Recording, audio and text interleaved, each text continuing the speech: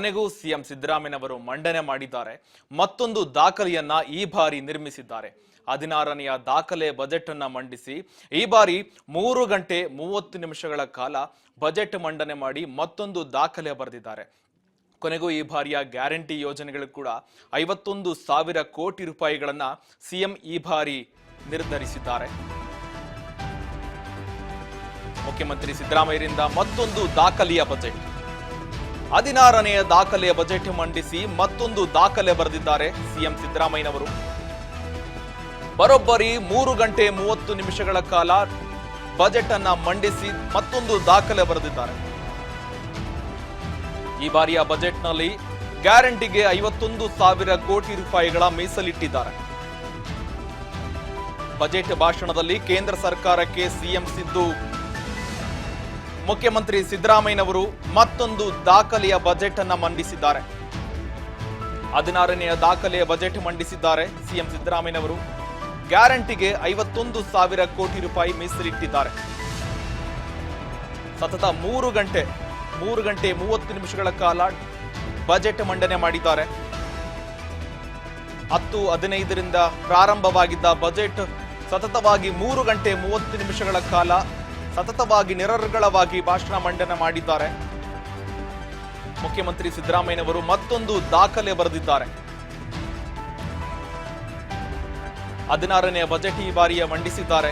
ಹಲವು ಕ್ಷೇತ್ರಗಳಿಗೆ ಹಲವು ವಲಯಗಳಿಗೆ ಕೂಡ ನಿರೀಕ್ಷೆಗೂ ಪಟ್ಟಂತೆ ಜೊತೆಗೆ ಅಚ್ಚರಿ ಪಡುವಂತಹ ಹೊಸ ದಾಖಲೆಗಳನ್ನು ಕೂಡ ಈ ಬಾರಿ ಮಂಡನೆ ಮಾಡಿದ್ದಾರೆ. ಅನುದಾನ ಘೋಷಣೆ ಆಗಿದ್ರು ಕೂಡ ಬಿಡುಗಡೆ ಆಗ್ತಾ ಇಲ್ಲ ಕೆಲವು ಕಡೆ. ಈಗ ಬಜೆಟ್ ಭಾಷಣದಲ್ಲಿ ಕೇಂದ್ರ ಸರ್ಕಾರಕ್ಕೆ ಸಿದ್ದು ಗುದ್ದಿದ್ದಾರೆ. ಮುಖ್ಯಮಂತ್ರಿ ಸಿದ್ದರಾಮಯ್ಯನವರಿಂದ ಮತ್ತೊಂದು ದಾಖಲೆಯ ಬಜೆಟ್ನಲ್ಲಿ ಕೇಂದ್ರ ಸರ್ಕಾರಕ್ಕೆ ತರಾಟೆಗೆ ತೆಗೆದುಕೊಂಡಿದ್ದಾರೆ. 16ನೆಯ ದಾಖಲೆಯ ಬಜೆಟ್ ಮಂಡಿಸುವ ವೇಳೆ ಸತತವಾಗಿ 3 ಗಂಟೆ 30 ನಿಮಿಷಗಳ ಕಾಲ ಸತತವಾಗಿ ನಿರರ್ಗಳವಾಗಿ ಭಾಷಣ ಮಂಡನೆ ಮಾಡ್ತಾ ಅನುದಾನ ಘೋಷಣೆಯಾಗಿದ್ರು ಕೂಡ ಬಿಡುಗಡೆಯಾಗ್ತೇ ಇಲ್ಲ.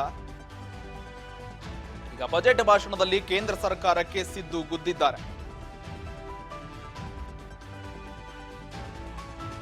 16ನೆಯ ದಾಖಲೆಯ ಬಜೆಟ್ ಮಂಡನೆ ಮಾಡಿದ್ದಾರೆ. ಈ ದಾಖಲೆಯ ಬಜೆಟ್ನಲ್ಲಿ ಕೃಷಿ ಕ್ಷೇತ್ರಕ್ಕೆ, ಆರೋಗ್ಯ ಕ್ಷೇತ್ರಕ್ಕೆ, ಶಿಕ್ಷಣ ಕ್ಷೇತ್ರಕ್ಕೆ ಬರೋಬ್ಬರಿ ಎಲ್ಲ ವಲಯಗಳನ್ನ ಕವರ್ ಮಾಡಿದ್ದಾರೆ. ಜೊತೆಗೆ ಈ ಬಾರಿಯ 16ನೆಯ ದಾಖಲೆಯ ಬಜೆಟ್ನಲ್ಲಿ ಗ್ಯಾರಂಟಿಗೆ 51,000 ಕೋಟಿ ರೂಪಾಯಿಗಳನ್ನ ಮೀಸಲಿಟ್ಟಿದ್ದಾರೆ.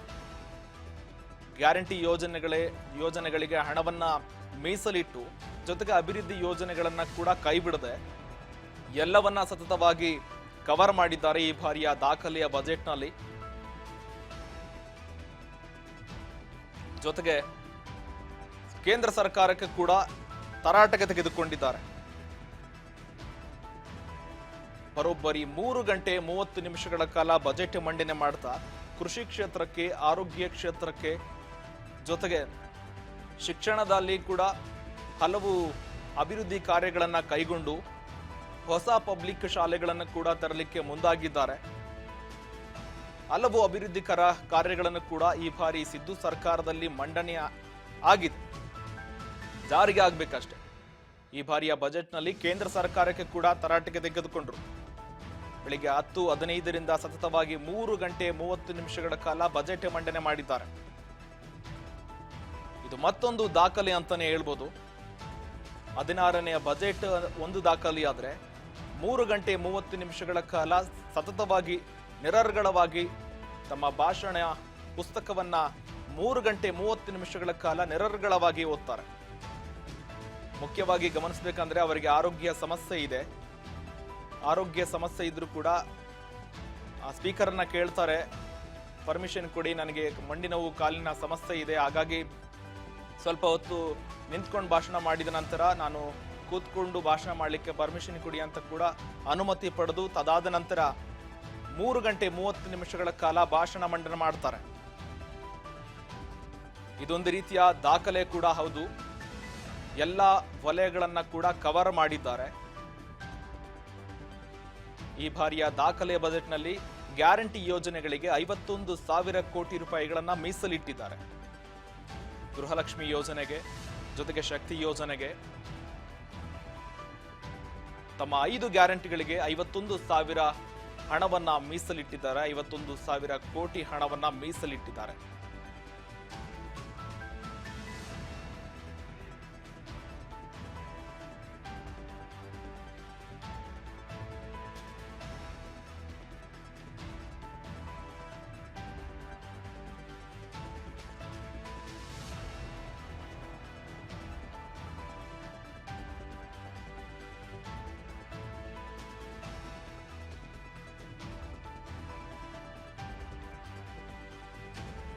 ಈ ಬಾರಿಯ ದಾಖಲೆ ಬಜೆಟ್ನಲ್ಲಿ ಕೃಷಿ ವಲಯದಲ್ಲೂ ಕೂಡ ಎಐ ತಂತ್ರಜ್ಞಾನವನ್ನು ಅಳವಡಿಕೆ ಮಾಡಲಿಕ್ಕೆ ಕೂಡ ಮುಂದಾಗಿದೆ ಸರ್ಕಾರ.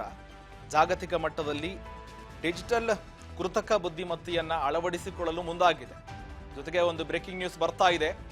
ಮುಖ್ಯಮಂತ್ರಿ ಸಿದ್ದರಾಮಯ್ಯರಿಂದ ಮತ್ತೊಂದು ಶಾಕ್. 16ನೆಯ ದಾಖಲೆ ಬಜೆಟ್ ಮಂಡಿಸಿ ದಾಖಲೆ ನಿರ್ಮಿಸಿದ್ದಾರೆ ಸಿಎಂ ಸಿದ್ದರಾಮಯ್ಯನವರು. ಈಗ ಬರೋಬ್ಬರಿ 2024ರಲ್ಲಿ ಅಬಕಾರಿ ಇಲಾಖೆಗೆ ಸಂಬಂಧಪಟ್ಟಂತೆ ಒಂದು ಟ್ವಿಸ್ಟ್ ಕೊಡ್ತಾ ಇದ್ದಾರೆ. ಮತ್ತೊಂದು ಎಣ್ಣೆ ಮತ್ತು ಬಾಟಲಿಗಳ ದರ ಏರಿಕೆ ಕೂಡ ಟ್ವಿಸ್ಟ್ ಕೊಟ್ಟಿದ್ದಾರೆ. ಮದ್ಯಪ್ರಿಯರಿಗೆ ಕಾದಿದೆ ಒಂದು ಬಿಗ್ ಶಾಕ್ ಅಂತಾನೆ ಹೇಳ್ಬೋದು. ಅಬಕಾರಿ ಇಲಾಖೆಗೆ ಸಿಎಂ ಸಿದ್ದರಾಮಯ್ಯನವರು ಹೊಸ ಟಾರ್ಗೆಟ್ ಫಿಕ್ಸ್ ಮಾಡಿದ್ದಾರೆ.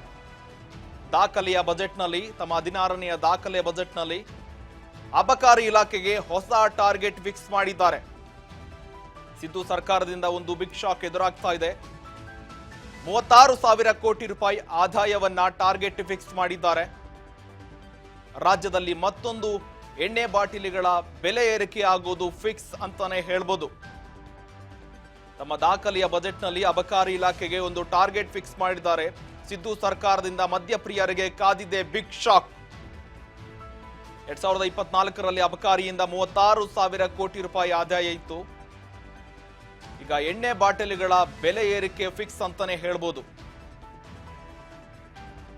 ತಮ್ಮ ದಾಖಲೆಯ 16ನೇ ಬಜೆಟ್ನಲ್ಲಿ ಅಬಕಾರಿ ಇಲಾಖೆಗೆ ಹೊಸ ಟಾರ್ಗೆಟ್ ಫಿಕ್ಸ್ ಮಾಡಿದ್ದಾರೆ. 4 ಲಕ್ಷದ ಬಜೆಟ್ ಮಂಡಿಸಿರುವ ಸಿಎಂ ಸಿದ್ದರಾಮಯ್ಯನವರು ಈ ವರ್ಷದ ಅಬಕಾರಿ ಇಲಾಖೆಯಿಂದ 40,000 ಕೋಟಿ ರೂಪಾಯಿ ಆದಾಯ ಸಂಗ್ರಹಣೆ ಮಾಡುವ ಗುರಿ ಹೊಂದಿದ್ದಾರೆ. ಕಳೆದ ಬಾರಿ 2024-25ನೇ ಸಾಲಿನ ರಾಜ್ಯ ಬಜೆಟ್ನಲ್ಲಿ ಅಬಕಾರಿ ಇಲಾಖೆಯಿಂದ 38,500 ಕೋಟಿ ರೂಪಾಯಿ ಆದಾಯ ಟಾರ್ಗೆಟ್ ಆಗಿತ್ತು. ಆ ಆದಾಯದ ಟಾರ್ಗೆಟ್ ನೀಡಿದ್ರು. ಕಳೆದ ಬಾರಿ ಈ ಟಾರ್ಗೆಟ್ನಲ್ಲಿ 36,500 ಕೋಟಿ ರೂಪಾಯಿ ಸಂಗ್ರಹವಾಗಿತ್ತು. ಆದರೆ ಈ ಬಜೆಟ್ನಲ್ಲಿ ಮತ್ತೊಂದು ಟಾರ್ಗೆಟ್ ನೀಡಿದ್ದಾರೆ. ಈ ಬಜೆಟ್ನಲ್ಲಿ ಸಿಎಂ ಸಿದ್ದರಾಮಯ್ಯನವರು ಪ್ರೀಮಿಯಂ ಮದ್ಯದ ಬೆಲೆಗಳನ್ನ ನೆರೆಯ ರಾಜ್ಯಗಳಲ್ಲಿ ವಿಧಿಸುತ್ತಿರುವ ಬೆಲೆಗಳಿಗೆ ಅನುಗುಣವಾಗಿ ಪರಿಷ್ಕರಿಸುವುದು, ಅದರೊಂದಿಗೆ ಸರ್ಕಾರದ ಅಬಕಾರಿ ಇಲಾಖೆಗಳಿಗೆ ಸಂಬಂಧಪಟ್ಟಂತೆ ಹೊಸ ಟಾರ್ಗೆಟ್ ಅನ್ನು ನಿಗದಿ ಮಾಡಿದ್ದಾರೆ. ಜೊತೆಗೆ ಸ್ಲ್ಯಾಬ್ಗಳನ್ನ ಬಿಡುಗಡೆ ಮಾಡಿದ್ದಾರೆ. 2025ರಲ್ಲಿ ಜೊತೆಗೆ 26ಕ್ಕೆ ಸಂಬಂಧಪಟ್ಟಂತೆ ಹೊಸ ಟಾರ್ಗೆಟ್ ಅನ್ನ ನಿಗದಿ ಮಾಡಿದ್ದಾರೆ. 40,000 ಕೋಟಿ ರೂಪಾಯಿಗಳ ಆದಾಯಕ್ಕೆ ಟಾರ್ಗೆಟ್ ಇಟ್ಟಿದ್ದಾರೆ. ಈಗ ಖಾಲಿ ಅಥವಾ ಲಭ್ಯವಿರುವ ಮದ್ಯದ ವರವನ್ನಾಗಿರೂ ಕೂಡ ಈಗ ಒಂದು ಶಾಕ್ ಎದುರಾಗ್ತಾ ಇದೆ. ಇದು ಎಲೆಕ್ಟ್ರಾನಿಕ್ ಹರಾಜಿನ ಮೂಲಕ ಕೂಡ ಹಂಚಿಕೆ ಮಾಡಲಾಗುವುದು ಅಂತ ಕೂಡ ಹೇಳ್ತಾ ಇದ್ದಾರೆ. 2024-25ರ ಪರಿಷ್ಕೃತ ಅಂದಾಜಿನ ಅಬಕಾರಿ ತೆರಿಗೆಯಿಂದ ಒಟ್ಟು 36,500 ಕೋಟಿ ರೂಪಾಯಿಗಳ ಆದಾಯ ಬಂದಿತ್ತು. ಈಗ 2025 ಮತ್ತು 26ನೇ ಸಾಲಿಗೆ 40,000 ಕೋಟಿ ರೂಪಾಯಿಗಳ ಆದಾಯ ಸಂಗ್ರಹಣೆಗೆ ಗುರಿ ಇಟ್ಟಿದೆ. ಈ ಹಿನ್ನೆಲೆಯಲ್ಲಿ ಮತ್ತೊಂದು ಶಾಕ್ ಎದುರಾಗ್ತಾ ಇದೆ. ಯಾಕೆಂದ್ರೆ ಈ ಆದಾಯದ ನಿರೀಕ್ಷೆ ಇಟ್ಟಿರೋದ್ರಿಂದ ಸಾಮಾನ್ಯವಾಗಿ ಬೆಲೆ ಏರಿಕೆ ಫಿಕ್ಸ್ ಅಂತಾನೆ ಹೇಳ್ಬೋದು. ಮದ್ಯಪ್ರಿಯರಿಗೆ ಮತ್ತೊಂದು ಶಾಕ್ ಎದುರಾಯಿತು ಅಂತಾನೆ ಹೇಳ್ಬೋದು. ಅಬಕಾರಿ ಇಲಾಖೆಗೆ ಸಂಬಂಧಪಟ್ಟಂತೆ ಮತ್ತೊಂದು ಟಾರ್ಗೆಟ್ ಫಿಕ್ಸ್ ಮಾಡಿದ್ದಾರೆ. ಹೊಸ ಟಾರ್ಗೆಟ್ ಇದಾಗಿದೆ. 16ನೆಯ ದಾಖಲೆ ಬಜೆಟ್ ಮಂಡನೆ ಮಾಡ್ತಾ 2025 ಮತ್ತು 2024 ಮತ್ತು 25ಕ್ಕೆ ಏನ್ ಟಾರ್ಗೆಟ್ ಇಟ್ಟಿದ್ರು ಅದೇ ಟಾರ್ಗೆಟ್ ನಂತರ ಈಗ 2025 ಮತ್ತು 26ನೇ ಸಾಲಿನ ಹೊಸ ಟಾರ್ಗೆಟ್ ಫಿಕ್ಸ್ ಮಾಡಿದ್ದಾರೆ. ಈ ಟಾರ್ಗೆಟ್ನಿಂದ 40,000 ಕೋಟಿ ರೂಪಾಯಿ ಆದಾಯ ನಿರೀಕ್ಷೆ ಇದೆ. ಹಾಗಾಗಿ ಮದ್ಯದ ದರ ಸಾಮಾನ್ಯವಾಗಿ ಏರಿಕೆಯಾಗುವ ಸಾಧ್ಯತೆ ಕೂಡ ಇರುವಂತದ್ದು. ಪಕ್ಕದ ರಾಜ್ಯಗಳಿಗೆ ಅನುಗುಣವಾಗಿ, ಜೊತೆಗೆ ಎಷ್ಟರ ಮಟ್ಟಿಗೆ ಆ ಮದ್ಯದ ದರವನ್ನು ಏರಿಕೆ ಮಾಡಬೇಕು, ಇದಕ್ಕೆ ಸಂಬಂಧಪಟ್ಟಂತೆ ಕೂಡ ಚರ್ಚೆಯಾಗುತ್ತೆ. ಅದಾದ ನಂತರ ಈಗ ಬೆಲೆ ಏರಿಕೆಗೆ ಸಂಬಂಧಪಟ್ಟಂತೆ ತಮ್ಮ ಟಾರ್ಗೆಟ್ ರೀಚ್ ಮಾಡಲಿಕ್ಕೆ ಹೊಸ ದರ ಕೂಡ ನಿಗದಿಯಾಗುವ ಎಲ್ಲ ಸಾಧ್ಯತೆ ಇರುವಂತದ್ದು. ತಮ್ಮ ದಾಖಲೆಯ ಬಜೆಟ್ನಲ್ಲಿ ಅಬಕಾರಿ ಇಲಾಖೆಗೆ ಹೊಸ ಟಾರ್ಗೆಟ್ ಫಿಕ್ಸ್ ಮಾಡಿದ್ದಾರೆ. 4 ಲಕ್ಷದ ಬಜೆಟ್ ಮಂಡಿಸಿರುವ ಸಿಎಂ ಸಿದ್ದರಾಮಯ್ಯನವರು ಈ ವರ್ಷದ ಅಬಕಾರಿ ಇಲಾಖೆಗೆ 40,000 ಕೋಟಿ ರೂಪಾಯಿ ಆದಾಯ ಸಂಗ್ರಹಣೆಯ ಟಾರ್ಗೆಟ್ ಇಟ್ಟಿದ್ದಾರೆ. ಹಾಗಾಗಿ ಈ ಬಾರಿ 2025-26ನೇ ಸಾಲಿನಲ್ಲಿ ಸಾಮಾನ್ಯವಾಗಿ ಎಲ್ಲ ಮದ್ಯದ ದರಗಳು ಕೂಡ ಏರಿಕೆಯಾಗುವ ಸಾಧ್ಯತೆ ಇದೆ. ಯಾವ್ಯಾವ ಬ್ರಾಂಡ್ಗಳಿಗೆ ಎಷ್ಟೆಷ್ಟು ದರವನ್ನು ನಿಗದಿ ಮಾಡಬೇಕು, ಇದಕ್ಕೆ ಸಂಬಂಧಪಟ್ಟಂತೆ ಅಬಕಾರಿ ಇಲಾಖೆಯೊಂದಿಗೆ ಕೂಡ ಚರ್ಚೆಯಾಗುತ್ತೆ. ಚರ್ಚೆಯಾದ ಬಳಿಕ ಕಳೆದ ಬಾರಿ ನೀವು ನೋಡಬಹುದು 2024ರಲ್ಲಿ 36,500 ಕೋಟಿ ರೂಪಾಯಿಗಳ ಟಾರ್ಗೆಟ್ ಇಟ್ಟಿದ್ರು. ಈಗ ಆ ಟಾರ್ಗೆಟ್ ಇನ್ಕ್ರಿಮೆಂಟ್ ಆಗಿದೆ. 36,000ದಿಂದ 40,000 ಕೋಟಿ ರೂಪಾಯಿಗಳ ಟಾರ್ಗೆಟ್ ಹೆಚ್ಚಾಗಿದೆ. ಸಾಮಾನ್ಯವಾಗಿ ಈ ಬಾರಿ ಬಜೆಟ್ 4,09,000 ಕೋಟಿ ರೂಪಾಯಿ ದಾಟಿದೆ. ಈ ಬಾರಿಯ ಬಜೆಟ್ ಏರಿಕೆ ಆಗಲಿಕ್ಕೆ ಪ್ರಮುಖ ಕಾರಣ ಕೂಡ ಇರಬಹುದು.